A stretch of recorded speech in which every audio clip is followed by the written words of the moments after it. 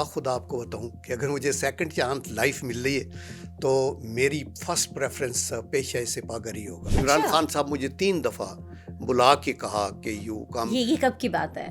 یہ 2011 10-11. اچھا ٹھیک ہے نا. تو انہوں نے آپ کو 2 سے 3 بار بلایا اور آفر کیا کہ آپ جوائن کریں. بلکہ جو آپ کے نا حفیظ نیازی صاحب ان کو میرے گھر بھیجا اور عمران خان صاحب کی بہن کے دونوں بچے بھی ساتھ تھے. they had dinner with me اور میں نے نیازی صاحب کو کہا, میں نے کہا نیازی صاحب مجھے سوچنے دیں, میں چکوال کا ہوں, مجھے ادھر سے پوچھنا ہے, تو آپ مجھے پارٹی میں کیا کریں گے یوٹیلائز, ایک فوجی بندہ ہوں یہ ہوں. تو he told me, I still remember کہ you will be number 2 man in our party. Trump نے سسٹم کے اندر رہ کے 4 سال اس نے صرف سسٹم کے اندر رہ کے دھرنے نہیں دیے, اس نے پروٹیسٹ کر کے یہ نہیں کہا میں جلاؤ گراؤ, اس نے شروع میں وائلیٹ کیا, اس کی اس کو پنشمنٹ ملی, سمجھ آ گئی. لیکن اس نے وی این بھی دیا. اس نے کہا میں اسٹرانگ کروں گا امریکہ کو. کیسے کروں گا؟ میں ٹیرف لگاؤں گا, چائنا چھایا ہوا ہے میں یہ روکوں گا, میں امیگریشن جو لیگل ہے اس کو پاک کروں گا, میں اپنے طور کے اوپر یہ جو ڈیپ اسٹیٹ کی انٹرفیئرنس ہے اس کو ختم. بہت ساری تجاویز تھیں ان کے پاس. السلام علیکم جی, میں ہوں آپ کے ساتھ آسمہ اقبال اور آج ہم بات کرنے جا رہے ہیں کچھ پاکستان کے سیاسی حالات کے حوالے سے اور ساتھ ہی ساتھ کچھ معاشی معاملات کو بھی ڈسکس کریں گے. مجموعی سیکورٹی صورتحال پاکستان کے اندر کیا ہے, کیونکہ ابھی 2 روز پہلے ایپیکس کمیٹی کا اجلاس ہوا ہے, آپ اس بارے میں بھی جانتے ہیں. تو اسی کو ہم نے مد نظر رکھتے ہوئے آج ہمارے ساتھ اسٹوڈیو میں دعوت دی ہے. سینئر سیاستدان ہیں, دفاعی امور پر بہت زیادہ گہری نگاہ بھی رکھتے ہیں, بہت مہارت بھی رکھتے ہیں. ہمارے ساتھ موجود ہیں جناب senator lieutenant general retired Abdul Qayyum صاحب, جو کہ ہلال امتیاز ملٹری بھی ہیں.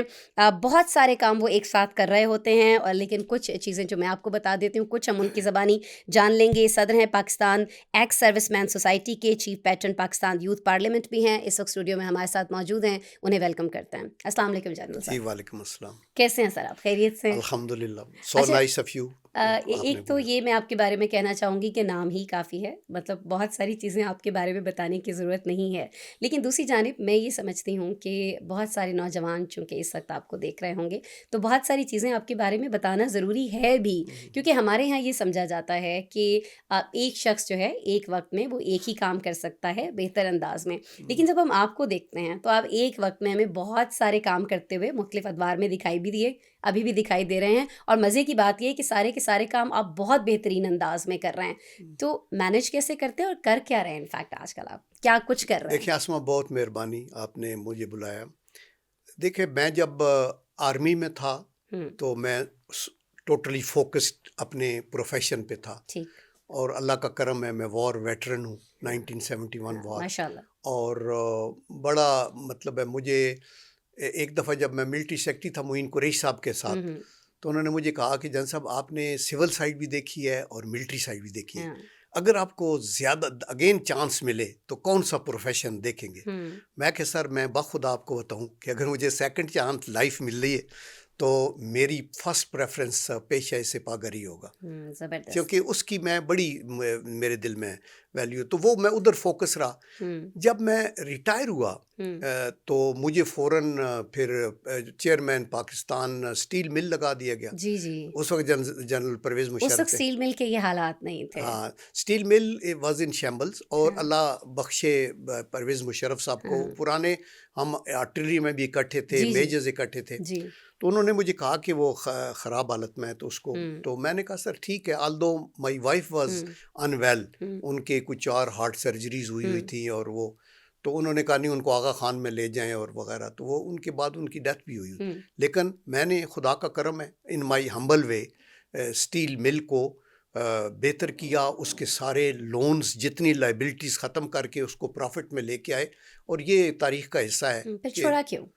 میں نے دیکھیں میں نے ریزائن کر دیا. اس کی وجہ یہ تھی کہ جب اس کی پرائیویٹائزیشن کا آرڈر کیا نا, تو وہ بڑی اجلت میں تھا. اچھا ہم اس کو, اس کی کیپیسٹی تھی 1 ملین ٹن اینول. ٹھیک ہے. ہم نے اس کی فیزیبلٹی کرائی فرام کورس کنسلٹنٹس, بریٹن سے آئے تھے. اوکے. انہوں نے پورے پاکستان میں دیکھا تو انہوں نے کہا جی ملک میں کھپت ہے 8 ملین ٹن کی, تو آپ اس کو 3 ملین ٹن پہ لے جا سکتے ہیں. فیزیبلٹی بنائی, PC1 بنا. ہم اس تیاری میں تھے تو ادھر سے انہوں نے کہا فاسٹ ٹریک پرائیویٹائزیشن کرنی ہے. You see when you do, میں پرائیویٹائزیشن کے خلاف بالکل نہیں تھا. میں صرف یہ کہہ رہا تھا کہ ابھی جو پروسیس چل رہا ہے اس کو اجلت میں نہ کیا جائے, گریجولی اس کے شیئر فلوٹ کر کے چیزیں سمجھ کے پھر اس کو شیئر فلوٹ کریں اور پھر اس کو پرائیویٹ سیکٹر میں گریجولی کریں. تو وہ نہیں ایگری ہوئے تو ڈزنٹ میٹر. میں نے کہا کہ ٹھیک ہے, آئی جسٹ سیڈ خدا حافظ. بٹ جب میں چھوڑ کے آیا تو اسٹیل مل نے کسی کا $1 بھی پے نہیں کرنا تھا, اور بینک میں 10 بلین روپیز کی سیونگ تھی, اور اباؤٹ 12 بلین کا را مٹیریل اور فنش پروڈکٹس پڑے تھے. تو میرے لیے تو یہ 13 ستمبر 2006 کو یہ اکاؤنٹ بکس میں بھی چیک کیا جا سکتا ہے. لیکن اس کے بعد ابھی پھر 200-250 بلین کے نقصان میں ہے یہ وہ. لیکن میں نے پھر پریزیڈنٹ کو خط بھی لکھا تھا اور میں نے کہا تھا سر کہ میں پرائیویٹائزیشن کے خلاف نہیں ہوں, بیکاز جو لوٹرز اور پلنڈرز دوبارہ بھی آ سکتے ہیں اور اس کو تباہ کر سکتے ہیں, لیکن اس کو گریجولی اسٹاک ایکسچینج پہ ڈال کے مینیج کر کے وہ کرتے ہیں. لیکن وہ نہیں ہوئی, بٹ ڈزنٹ میٹر. اور پھر اس کے بعد کیا ہوا وہ سب کے سامنے. ہاں پھر اس کے بعد چلیں آگے بڑھتے ہیں. ایکس سروس مین سوسائٹی, بہت ساری آپ کی اس کے لیے خدمات ہیں, اور آپ ان لوگوں کے لیے بھی جن کی کہیں سنوائی نہیں ہو رہی ہوتی ہے, ان کے جو کیسز ہیں ان کو آپ ہائی لائٹ کرتے ہیں, سامنے لاتے ہیں, اور جہاں جس کو مدد درکار ہوتی ہے آپ وہ مدد ان تک پہنچاتے ہیں. تو کیسے ایکسپیرینس جا رہا ہے؟ دیکھیں یہ جو پاکستان ایکس سروس مین سوسائٹی ہے نا, اس کی بنیاد تو میرے خیال ہے 80s میں اور 90 میں 91 میں رکھی گئی, اور بڑے بڑے نام تھے جو اس کو ہیڈ کرتے رہے. جنرل فیض علی چشتی تھے, جنرل حمید گل وغیرہ تھے, اور بھی مطلب ہے اس میں لاسٹ پہ جنرل امجد شعیب وغیرہ تھے ان کے. تو وہ اس کا جو مینیفیسٹو ہے یا مین گول ہے وہ یہی ہے کہ پینشنرز جو تینوں سروسز کے, پلس سول آرمڈ فورسز کے ریٹائرڈ لوگ, plus civilian paid out of defence funds, وہ مطلب ہے ان کے پرابلمس کیا ہیں ان کو آگے بڑھانا, اور اسی طرح جو شہداء کے لواحقین ہیں ان کا اگر کوئی مسئلہ ہے, پلس جن کے لم کٹ جاتے ہیں, جو جنگوں کے اندر ہاسپیٹل میں پڑے ہوئے ہیں, کسی کو پرابلم ہے تو ہم فیسیلیٹیٹ کرتے ہیں. یہ ایک NGO ہے, اس کی کوئی پرکس پریولیجز نہیں ہے, کوئی سیلری نہیں ہے, کوئی اس کا وہ اپنے طور پہ ہم فی سبیل اللہ اپنے طور پہ یہ کرتے ہیں. مجھے انہوں نے ان اپوزڈ الیکٹ کیا اس کا پریزیڈنٹ, ابھی 1.5 سال ہو گیا ہے, 3 سال کا اس کا ٹینیور ہوتا ہے, تو I am doing my best. ٹھیک ہے, لیکن ساتھ ہی ساتھ آپ chief pattern Pakistan youth parliament بھی ہیں, کچھ اس کے بارے میں ہمیں بتائیے گا. دیکھیں یہ بھی بڑی بات ہے. ہم پاکستان میں اس وقت جو 60% ہماری آبادی ہے وہ 30 ایئرز سے کم ہے. ہاں جی, نوجوانوں پہ مشتمل ہے. اور یوتھ جو ہے یہ ہمارا ایک ایسٹ ہے. ایسٹ ہے بالکل. آئی ٹیل یو, ان کو آپ بیرا روی کی طرف بھی لے کے جا سکتے ہیں, ان کی کریکٹر بلڈنگ بھی آپ کر سکتے ہیں. بالکل. تو میں جاتا ہوں یونیورسٹیز میں بھی موٹیویشنل ٹاکس کے لیے, تو آئی ایم گریٹفل کہ انہوں نے سب نے اکٹھا ہو کے کہا کہ سر ہم آپ اپنا چیف پیٹرن بنانا چاہتے ہیں. اس کے 4 صوبوں میں گورنر ہوتے ہیں, 4 میں چیف منسٹر ہوتے ہیں, ان کو ہم ان کی پارلیمنٹ ہے, اس پارلیمنٹ کے اندر ہم بتاتے ہیں اسپیکر کون ہے, ان کو گروم کرتے ہیں کہ لیڈرز. یہ میں جی پشاور کے اندر بھی ایک خاتون تھی جو اسپیکر تھی, تو بڑا اچھا. اس کا حصہ بننے کے لیے کیا کرنا ہوتا ہے؟ اس کا دیکھیں اس کے کیسے لوگ اس میں آپ شامل ہو سکتی ہیں ایز اے یوتھ پارلیمنٹ کا. ہاں فار شور, ہر طبقہ فکر کے لوگ, یعنی اس کے اندر ڈاکٹرز ہیں, وکلاء ہیں, ینگ لڑکے لڑکیاں. ہم نے پیچھے ان کو میں لے گیا سوات کے اندر, یہ وہ ہے نا ایک جگہ ناران سے آگے, تو وہاں ہم نے ان کا ایک 14 اگست کو, یہ 2016 میں اکٹھ کیے, 4 صوبوں سے قافلے آئے, اور ہماری بیٹیاں اور بیٹے سارے اکٹھے ہو کے, اور وہاں پھر ہم ان کو سپیچز کر کے نا, مثلاً میں ان کو سی پیک کا بتاتا رہا, مثلاً میں ان کو بتاتا رہا پاکستان موومنٹ کیسے چلی, پاکستان کیسے وجود میں آیا, ابھی ہماری رسپانسبلٹیز کیا ہیں, enlighten them, listen to them, interact with them. تو دس از ہاؤ یو, بجائے اس کے کوئی ان کو پلوٹ کرے ایک پارٹی کے حق میں, ایک کے خلاف, فوج کے خلاف, فوج کے حق میں. مطلب ہے ہمیں پاکستانیت کا سبق ان کو دیتے ہیں اور اسلامک سوچ کا جو ہماری اسٹرینتھ ہے. ایک پارٹی کی طرف زیادہ جھکاؤ ہو یا سمجھ بوجھ ہونی چاہیے، اصل مقصد یہ ہے اس کا. اور آسما ان ایڈیشن ٹو دیٹ میں چائنا پاکستان بزنس فورم جو ہے اس کا بھی چیف پیٹرن ہوں، اور اس میں اس کا مقصد کیا ہے کہ بزنس ٹو، ہماری چین کے ساتھ 3 قسم کے تعلقات ہیں، ایک گورنمنٹ ٹو گورنمنٹ، بالکل، ایک سی پیک ریلیٹڈ، اور ایک ہم فیسیلیٹیٹ کرنا چاہتے ہیں کہ پرائیویٹ انویسٹرز آئیں اور پرائیویٹ انویسٹرز کے ساتھ کوآپریٹ کر کے وہ کریں. تو میں پیچھے چائنا گیا ہوا تھا، ان کے فارن آفس نے مجھے انوائٹ کیا تھا، وہاں ان کی انڈسٹری دیکھی اپنی، تو ہم ان کو جوڑتے رہتے ہیں. یہ بھی ایک فی سبیل اللہ، اس کا کوئی آنریریم نہیں، کوئی تنخواہ نہیں، کوئی یہ، تو وہ مطلب اس طرح بزی رکھا جاتا ہے، بزی رکھا جاتا ہے. اچھا، لیکن یہ جو آپ کی زندگی میں اتنی ساری مصروفیت رہی ہے، میں چاہوں گی کہ آپ کی جو ملٹری سروس ہے اس کی جانب ہم واپس آئیں، اور آپ مجھے کوئی ایک ایسی چیز بتائیں جو آپ سمجھتے ہیں کہ حاصل ہے آپ کی ملٹری سروس کا آپ کے لیے، جو سب سے گریٹ چیز آپ کہہ سکتے ہیں کہ آپ کے ساتھ ہوئی ملٹری سروس کے دوران. دیکھیں، بات یہ ہے کہ میرے والد صاحب بھی فوج میں تھے دوسری جنگ عظیم میں. میرے گرینڈ فادر کے بھائی کیپٹن غلام علی بھی آرڈر آف برٹش امپائر ملا تھا، فرسٹ ورلڈ وار میں تھے، اور میں اس بینر کو لے کے آیا، اور اللہ کا کرم ہے کہ مجھے یہ خوشی ہے کہ میں کسی ایک رینک پہ بھی سپرسیڈ نہیں ہوا، اور کہیں مطلب ہے ریٹن وارننگ تو الگ بات ہے، کہیں وربل بھی مجھے کسی نے پوری یعنی یہ نہیں کہا کہ جی آپ نے یہ غلط کیا ہے. اور میں نے سیکھا ہے، I owe everything to my profession. ہمیں دیکھیں، آپ نے میرا وہ بایو ڈیٹا پڑھا ہوا ہے کہ میں ٹاٹ کے اسکول میں پڑھتا رہا، اور یہ وہ اسکول گاؤں کے میں، اور مجھے اس پہ فخر ہے. تو برگر اسکولز ہیں، برگرز بچے ہیں. دیکھیں، یہ خوش قسمت ہے، ان کے پاس لیٹسٹ ٹیکنالوجیز ہیں. ہم اس وقت نیچے بیٹھ کے پڑھتے تھے، فرنیچر نہیں، لائٹ نہیں، کوئی گرمی ہے، کچھ نہیں ہے، لیکن خدا کے کرم سے ٹیچرز بہت اچھے تھے، اور وہ بڑے ڈیڈیکیٹڈ تھے، کبھی کوئی ٹیوشن کا چکر نہیں ہوتا تھا، اور وہ ہم نے کیا. تو میرا مطلب ہے وہاں سے پڑھ کے پی ایم اے میں آئے، تو پی ایم اے سے ہماری گرومنگ شروع ہوئی. اٹ واز آفٹر 1965 وار کہ میں پی ایم اے میں آ گیا. اللہ کا کرم ہے، آج جو کچھ بھی ہم ہیں وہ اس لیے ہے. تو اس لیے ہم کہتے ہیں نا کہ پہلے ملک نے ہمیں اپنا کیا، فوج نے تربیت دی، پھر آگے ہماری یہ سہولتیں ہیں. تو میں اگلے دن بھی کچھ اسٹوڈنٹ تھے تو ان کو میں بتا رہا تھا کہ احمد ندیم قاسمی نے یہ کہا ہے کہ ہم جو لوگ ہیں، ہم یہ آزادی کا سانس، خوبصورت لکھا رہی تھے وہ، ہاں دیکھیں نا، آزادی کا سانس ہم لے رہے ہیں ایک آزاد ملک کے اندر، یہ اللہ کی بڑی نعمت ہے. تو اگر اس کے لیے ہمارے جوان قربانیاں دے رہے ہیں نا، بارڈروں پہ خون دے رہے ہیں، ہم بھی ان غازیوں میں شامل تھے، شہید بھی ہو سکتے تھے، سب کچھ ہے. تو آپ تو قربانی کے لیے تیار تھے ہر وقت، اور تھوڑا سا آنریریم لے کے. آپ دیکھیں، آج اب بھی کسی کو آپ کہیں کہ ہم آپ کو $1 ملین دیتے ہیں، اپنے بچے کو بھیجیں تیرا ویلی میں جہاں خطرہ ہے کہ آپ کو یہ، ہمارے بچوں کو ریت ہے. اور مجھے دکھ ہوتا ہے کہ اگلے دن نا سوشل میڈیا پہ ایک ڈیڈ باڈیز کو لے کے میول پہ آ رہے تھے، میول پہ ڈیڈ باڈیز کو لے، تو نیچے لکھنے والے کمنٹ نے اس کو نیگیٹیولی یہ لیا، بجائے اس کے کہ وہ کہے کہ دیکھیں ان کی قربانیاں ان جگہوں کے اوپر جہاں نہ ہیلی کاپٹر ہے نہ روڈ ہے، ہماری اپنی ریگولر میول بٹالینز ہیں، اور وہ اسی پرپز اسی کے ساتھ ایزی ہے نا، پہاڑوں پہ چڑھنا ہے، اور بجائے اس کے کہ یہ کہا جائے کہ لک ایٹ دی لائف، کہ یہ خون دے دیتے ہیں اور پھر ہمارے لیے، اور پھر ان کو ادھر سے ایویکویٹ کیسے کیا جاتا ہے، اور وہ کرتے ہیں. تو اس لیے احمد ندیم قاسمی نے کہا کہ بہت سا قرض مشیت کا ہے میرے سر پر، میں سر ہی کیوں نہ کٹا دوں کہ کچھ ادا ہو جائے. واہ، کیا بات، کیا بات. اچھا، احمد ندیم قاسمی کی بات ہو رہی ہے، تصانیف کی بات ہو رہی ہے، لکھنے پڑھنے کی بات ہو رہی ہے.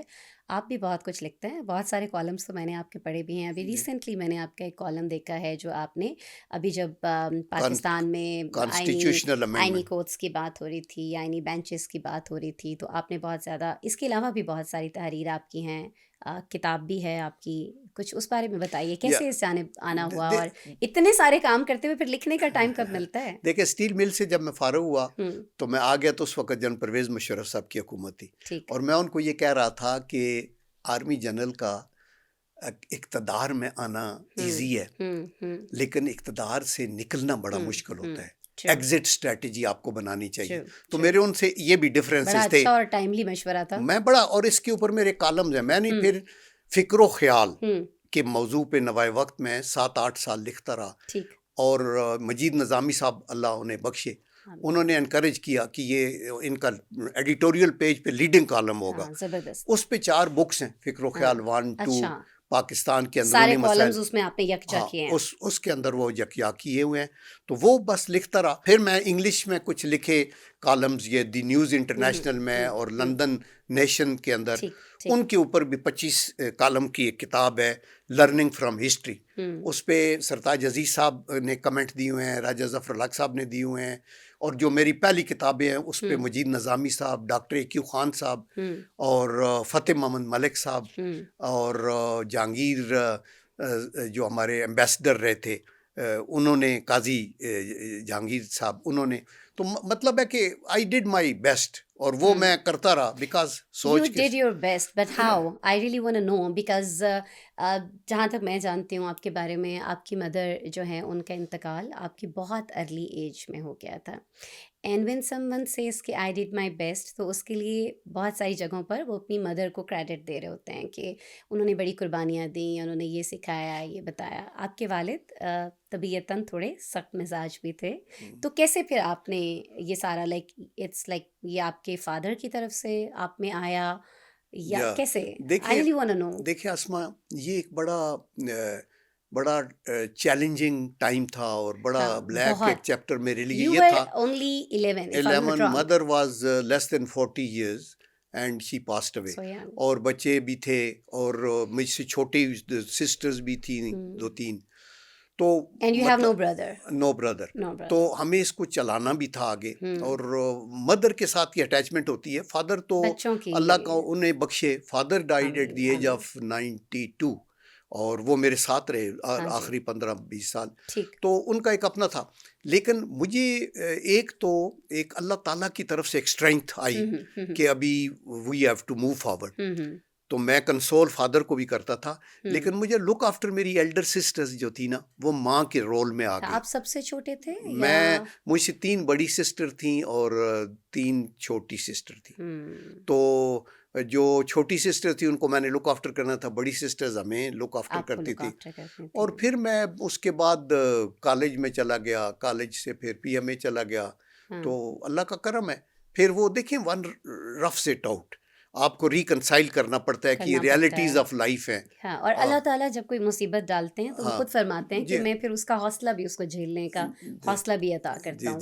لیکن فائن، بچپن آپ کا جیسے گزرا، جس طرح سے آپ کالج میں گئے اور جس طرح سے آپ ملٹری کی جانب آئے، یہ سیاست میں شمولیت یہ کیسے؟ جی دیکھیں، جب میں اسٹیل مل سے نکلا تو میں کالم لکھتا رہا 6-7 سال. تو پھر مجھے ہر پارٹی نے کہا کہ آپ کی رائٹ اپ سے ہمیں لگتا ہے آپ کے اندر ایک پولیٹیکل سینس بھی ہے. اور آپ، ڈاکٹر اے کیو خان صاحب نے کہا کہ آپ ہر سبجیکٹ پہ آپ لکھتے ہیں. انہوں نے اپنے طور پہ انہوں نے کہا، آپ کہتے ہیں اکانومی پہ بھی آپ لکھتے ہیں، ڈیفینس پہ بھی، فارن پالیسی.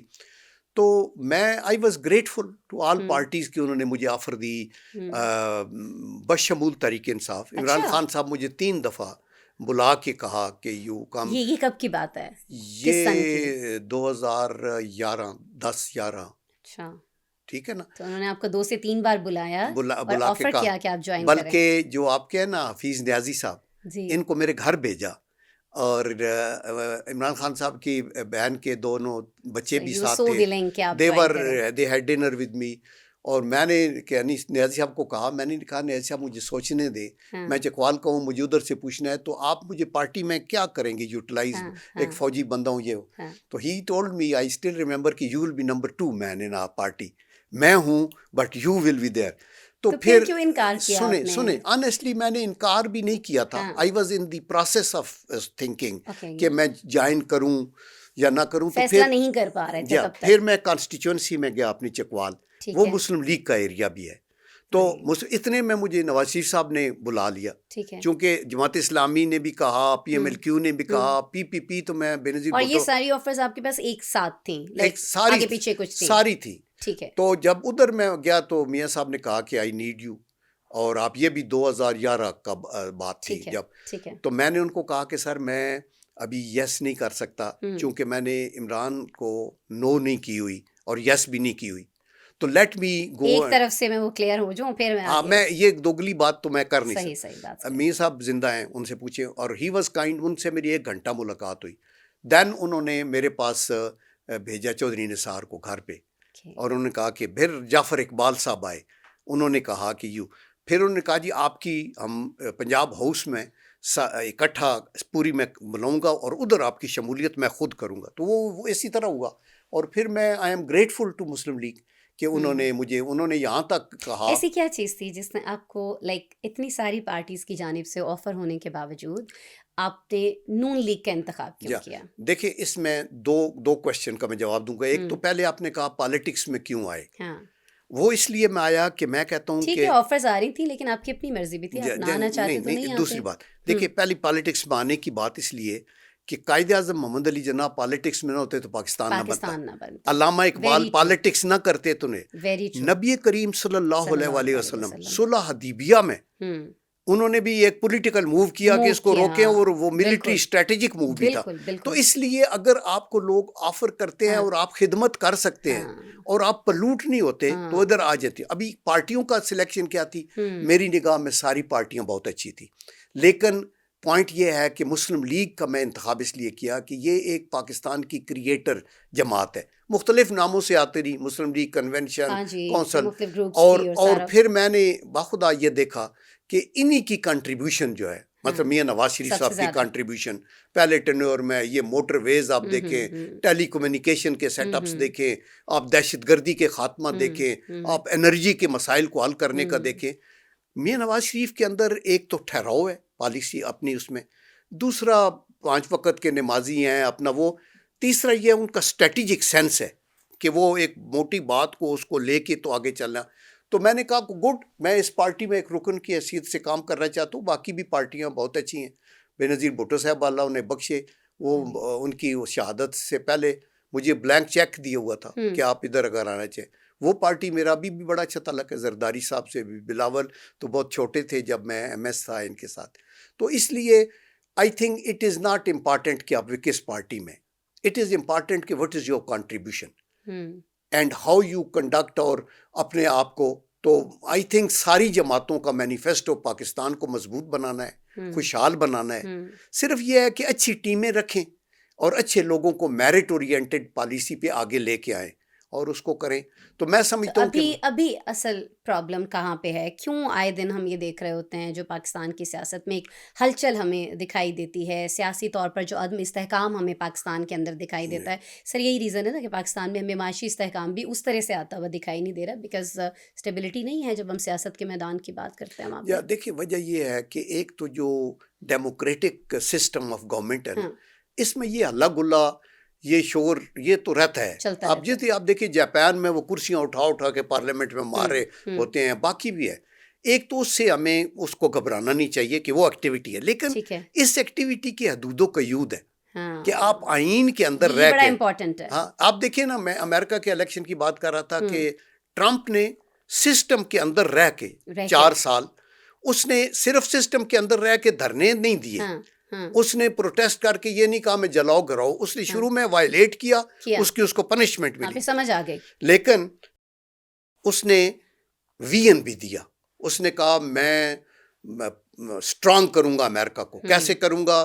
میں ٹیرف لگاؤں گا, چائنا چھایا ہوا ہے میں یہ روکوں گا, میں امیگریشن جو لیگل ہے اس کو پاک کروں گا, میں اپنے طور کے اوپر یہ جو ڈیپ اسٹیٹ کی انٹرفیئرنس ہے اس کو ختم. تجاویز تھی ان کے پاس. دیکھیں نا, آپ کو اپنا ایک ویژن دینا پڑتا ہے نا, صرف یہ نہیں کہ آپ فلانے کو باہر نکال دیں, فلانے کو کورٹ سے ادھر کر دیں, یہ کریں.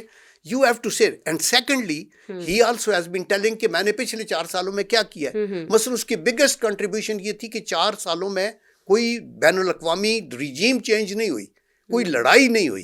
He did not participate in any. ابھی بھی سیٹ کہ میں نہیں مزید جنگوں کی طرف امریکہ کو. تو یہی ابھی تحریک انصاف کو بھی کہنا چاہیے کہ ہم 10-15 سال سے کے پی میں ہیں, ہم نے ماضی میں کیا کیا, کتنا اس کو بہترین صوبہ بنا دیا, کتنے فلائی اوور, کتنے ہمارے وہ بنے, آگے ہم نے کیا کرنا ہے. بھی آئے دن ادھر قتل و غارت ہو رہی ہے تو یہ چیزیں پھر کاؤنٹ نہیں کرتی نا. پھر آپ اس لیے نہیں, آپ کو لوگوں کو روشنی دکھانی ہوگی. تو آئی ایم شیور کہ مسلم لیگ کا بھی ہینڈی کیپ یہ ہے کہ یہ مائنارٹی گورنمنٹ ہے، اس کے ڈپینڈنس ہے ایک اندر پارٹی کے اوپر، ان کی ایک اپنی سوچ ہے. یہ پاکستان کے لیے ایک اچھا شگون نہیں ہوتا کولیشن گورنمنٹ، لیکن coalition government part of democratic dispensation ہے. اب ایون برطانیہ میں کولیشن گورنمنٹس وغیرہ بنتی رہی ہیں یہ وہ. تو we have to live with it and live with it in the interest of the country. ابھی اگر پیپل پارٹی تعاون کر رہی ہے تو اس لیے نہیں کر رہی دے لائک مسلم لیگ نون یا وائس ورسا، یہ اس لیے کہ ملک کو آگے نکالنا ہے، ڈیفالٹ میں جا رہا ہے، ہم اپنی سیکریفائسز دیں اور انشاءاللہ اس کو نکال لیں. آپ کہہ رہے ہیں ملک کو آگے نکالنا ہے. بہت سارے لوگ یہ کہتے ہیں، ہمیں دکھائی دیتے ہیں کہ جو سیاست ہے پاکستان کی وہ دوبارہ سے ہمیں 90 کی دہائی کی طرف جاتے ہوئے دکھائی دے رہی ہے. آپ جیسے لوگ جو ہیں، مدبر لوگ جو ہیں، وہ کہتے ہیں آگے بڑھنا چاہیے، لیکن حالات کچھ ایسے دکھائی دیتے ہیں جیسے ہم 90 کی دہائی میں واپس جا رہے ہیں. کچھ ایسی چیزیں آپ کو لگتا ہے کہ ہو رہی ہیں، یا آپ کو لگتا ہے کہ نہیں آگے بڑھ رہی ہے پالیٹکس، چاہے اس ڈگر پہ ہی صحیح آگے تو جا رہی ہے؟ نہیں، اللہ کا کرم ہے، آگے کو جا رہی ہے. اس لیے کہ دیکھیں پہلی دہائیوں میں تو مارشل لا لگتے رہے، اور آپ کو پتہ ہوتا تھا کہ بالکل اس سے ادارے ویک ہوئے، جو ایک اچھا قدم نہیں تھا. ابھی خدا کا کرم ہے، آپ کی پارلیمنٹ چل رہی ہے، الیکشن کے بعد آپ کی عدلیہ چل رہی ہے، آپ کا کانسٹیٹیوشن جو ہے وہ لگا ہوا ہے، آپ اس پہ ہیں. آپ کے خدا کے کرم سے ملک میں سارے پولیٹیکل جو نظام ہے، آپ کی الیکشنز ہوئے ہیں، اس میں ساروں نے حصہ لیا، صدر سے لے کے وزیر اعظم، چیف منسٹر، مختلف صوبوں میں مختلف گورنمنٹس ہیں. تو میرے خیال میں یہ گڈ سائنز ہے نا. گریجولی سے ہم آگے چلیں اور ابھی صبر سے کام لیں، ٹالریٹ کریں. آپ ایگری ٹو ڈس ایگری، اور آپ ورکنگ ریلیشن شپ حکومت اور اس میں اندر ہونا چاہیے. یہ ورکنگ ریلیشن شپ آپ بہتر ہوتا ہوا دیکھ رہے ہیں؟ میرے خیال میں ہوگا انشاءاللہ. جب بہتری کی بات میں کر رہی ہوں تو میں چاہوں گی کہ کچھ عمران خان کے مستقبل کے حوالے سے بھی بتائیے گا. کچھ آپ کو بہتر دکھائی دیتا ہے ان کا مستقبل، خاص طور پر اگر وہ 9 مئی کے واقعے کو لے کر جس طرح سے ان سے ایکسپیکٹ کیا جا رہا ہے، اور ہونا بھی چاہیے ہے کہ انہیں اس کی مذمت بھی کرنی چاہیے، اور جہاں جس کی غلطی ہے 9 مئی جیسے واقعات کو لے کر وہاں معافی بھی مانگنی چاہیے. اس میں تو کوئی شرم کی بات اس میں نہیں کوئی ہے. شرم کی بات، دیکھیں 9 مئی جو ہے نا، یہ ایک یونیک ہوا پاکستان، یہ دنیا میں کہیں ایسے نہیں ہوا. اور پھر اپنے شہداء آپ دیکھیں، جن کا ابھی آپ دیکھ رہے ہیں نا، میولز پہ ڈیڈ باڈیز انیشلی ایویکویٹ ہوتی ہیں، کتنی بڑی قربانی ہے. بہت بڑی. اور یہ اپنی جان یوتھ میں دے کے اپنے بچوں کو یتیم کرتے ہیں، اپنے پیرنٹس جو ہیں وہ ان کے بیچارے جو ان کے ڈپینڈنٹ ہیں، اور پھر ان کو آگے سے تو ہیلی کاپٹرز پہ ہی آتی ہیں اور لک آفٹر کرتے ہیں. لیکن اگر یہ قربانیاں دے رہے ہیں تو آپ ایک ادارے کے خلاف اگر میوٹنی کی بات دیتے ہیں، آپ دیکھیں نا ان کے شہباز گل وغیرہ باہر سے بیٹھ کے مت آرڈر مانے. او مائی God, nobody says this and nobody can afford to say this. یہ اتنا بڑا جرم ہے کہ ایک اپنی قومی فوج کے اندر میوٹنی کی کال دیں. آپ جائیں ادھر یہ کریں، اتنا آگے چلے جانا ٹھیک نہیں ہے، بالکل نہیں ہے. آپ دیکھیں، آپ بات کریں، اپنے مینیفیسٹو دیں، اپنا ویژن دیں، حقائق کی بات کریں. پارلیمنٹ اگر آپ کے ساتھ زیادتی ہو رہی ہے اس کی بات کریں، اس کے کریں، پارلیمنٹ کے اندر بات کریں، عدلیہ کے اندر جائیں، وہ کریں، اور اللہ تعالیٰ کے اوپر بھروسہ کریں. اگر آپ کی بیانات میں حق اور سچ ہے اور آپ کا سٹینڈ ٹھیک ہے تو اللہ آپ کو ریوارڈ کرے گا ضرور. بالکل. تو یہ تو ضروری ہے. اچھا، ابھی 2 روز پہلے آرمی چیف نے جب بات کی بکس کمیٹی کے اندر، تو انہوں نے گڈ اور بیڈ گورننس کے حوالے سے بات کی. انہوں نے کہا کہ جو بیڈ گورننس ہے اس کی وجہ سے ہمارے نوجوانوں کو اس کا بدلہ جو ہے وہ اپنے خون کی صورت میں چکانا پڑ رہا ہے. یہ بڑی امپورٹنٹ بات ہے، کیونکہ بہت ساری جگہوں پر، جیسے کے پی کی بات ہم کر لیتے ہیں، جہاں ساری توجہ جو ہے وہ ہونی چاہیے دہشت گردی کے ناسور سے نمٹنے کے لیے، وہاں ہم دیکھتے ہیں کہ جو وہاں سے جس طرح سے ٹولوں میں کی شکل میں لوگ لائے جاتے ہیں، اور پھر جو وہاں کے وسائل ہیں کے پی کے حکومت کے، وہ خرچ کیے جاتے ہیں احتجاج پر اور دیگر چیزوں پہ، جس پہ موجودہ حکومت کو ظاہر ہے کہ بہت زیادہ اعتراض ہے. تو آپ کو نہیں لگتا کہ اگر یہ ساری توجہ ساری پارٹیز مل کر، جس طرح سے آرمی چیف صاحب نے فرمایا ہے کہ دہشت گردی کے ناسور سے نمٹنے میں رکھیں، تو پھر ہمارے نوجوانوں کو اتنی قربانیاں اور اتنا جو خون، ایک رائیگاں تو نہیں اس کو بلکہ کہنا چاہیے، ظاہر ہے کہ قربانی ہے وہ، لیکن اس طرح سے بہانا نہ پڑے اتنا خون جتنی قربانیاں دے رہے ہیں ہمارے جوان. دیکھیں، پوری قوم کو اور یوتھ کو یہ سمجھنے کی ضرورت ہے کہ آج ہم حالت جنگ میں ہیں. ہمارے بارڈروں پہ تو لڑائی نہیں ہو رہی کنونشنل، لیکن ہائیبرڈ وار کے ہم شکار ہیں. دشمن ہماری اکنامک آئسولیشن چاہتا ہے، سی پیک کو ریڈ لائن قرار کرتے ہیں. وہ ہماری ڈپلومیٹک آئسولیشن چاہتا ہے.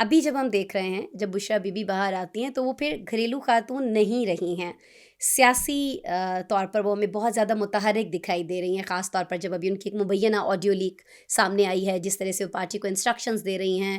انفیکٹ میں تو یہاں دھمکی کا بھی ایک لفظ استعمال کرنا چاہوں گی کہ اگر آپ 5,000 یا 10,000 بندہ نہیں لاتے ہیں ایم پی اور ایم این اے ہو کے تو آپ کو پارٹی سے بالکل نکال دیا جائے گا.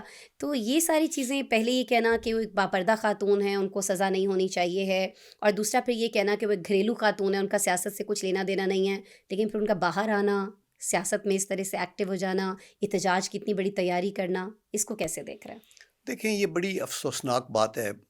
اگر یہ جو ان کی وائف ہے بشرا بی بی اگر روئی دھوئی ہیں تو ہم ان کے جذبات کی قدر تو کرتے ہیں کہ چیز، لیکن ایک school of thought very strongly feels کہ آج عمران خان جس ٹربل میں ہے اس کی ساری ذمہ داری اس خاتون کے اوپر ہے جس نے اس کو مس گائیڈ بھی کیا. اور یہ تاثر جو ہے یہ خود پی ٹی آئی کے اندر بھی پایا جاتا ہے، پی ٹی آئی کے اندر بھی پایا جاتا ہے، اور سچی بات ہے.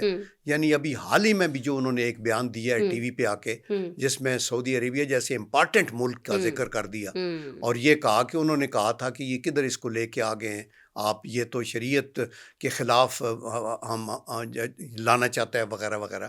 اررسپانسیبل، بیکاز وہ گھریلو خاتون جو ہے اس کا مطلب یہ نہیں ہے کہ اگر وہ بیٹھ کے سیاست کرتی ہے تو وہ پھر صرف گھریلو خاتون رہتی ہے. سیکنڈلی آپ ویری رائٹلی کہہ رہی ہیں کہ باپردہ ہونا یہ نہیں، آپ نے جرم کیا کیا ہے، آپ اس کا جواب آپ کو دینا ہوگا. دیکھیں ایسے تو کوئی پردہ کرتا ہو، مرڈر کرے تو اس کو تو رہائی نہیں مل سکتی. نبی کریم صلی اللہ علیہ وسلم نے فرمایا بیٹی میری اگر انوالو ہوگی چوری میں تو ہاتھ کٹے گا. دیکھیں نا ان سے زیادہ با یا اور باپردہ اور شرم والے ہو کون، دیکھیں نا وہ اتنی بڑی بڑی خواہش. تو اس لیے اور ان کو ٹی وی پہ لے آنا اور ان کو کہنا انسٹرکشنیں دے رہی ہیں نہ، میں آنیسٹلی میں یہ فیل کرتا ہوں نہ عمران خان صاحب کو پالیٹکس کا پتہ ہے نہ ڈپلومیسی کا پتہ ہے. He is a celebrity, he was a good sports person. انہوں نے اپنا ایک بین الاقوامی سطح کے اوپر ایک امیج بنایا، that is a strong area. But this politics otherwise جب ان کے سر پہ ایک کراؤن رکھ دیا گیا پکڑ کے جس کو انہوں نے ارن نہیں کیا، تو پھر اس کو کراؤن کو گرانے میں، ان کو لوگوں کو کرنے میں، یہ ساری ان کی اپنی نالائکیاں ہیں کہ وہ جیل میں بیٹھے. تو ابھی وہ اپنے کیسز کا دے اور آگے آئیں. اور میں نے یہی کہا تھا، انصاف سے بات شروع ہوئی تھی کہ ان کو وہ ملے، لیکن یہ بیگم کو خدا کے واسطے روکیں. وہ ایک مزار پہ جا کے سجدہ اس نے کیا تو پیچھے عمران خان صاحب نے بھی سجدہ کر دیا. میں تو یہی ان کو ایڈوائز کروں گا کہ آپ اپنا ٹائم کے اوپر گڈ گورننس کریں اور کے پی کے صوبے کو ایک ماڈل بنا کے پیش کریں کہ دیکھیں ہم نے کیسے کر دیا ہے، اور پھر آپ اس کے اوپر الیکشن کے اندر حصہ لیں اور اپنے آپ کو سامنے لے کے آئیں. لیکن اگر آپ یہ کہیں کہ ریاست کے ساتھ لڑائی کر کے کوئی پولیٹیکل پارٹی آگے آ سکتی ہے تو یہ بالکل خام خیالی ہے.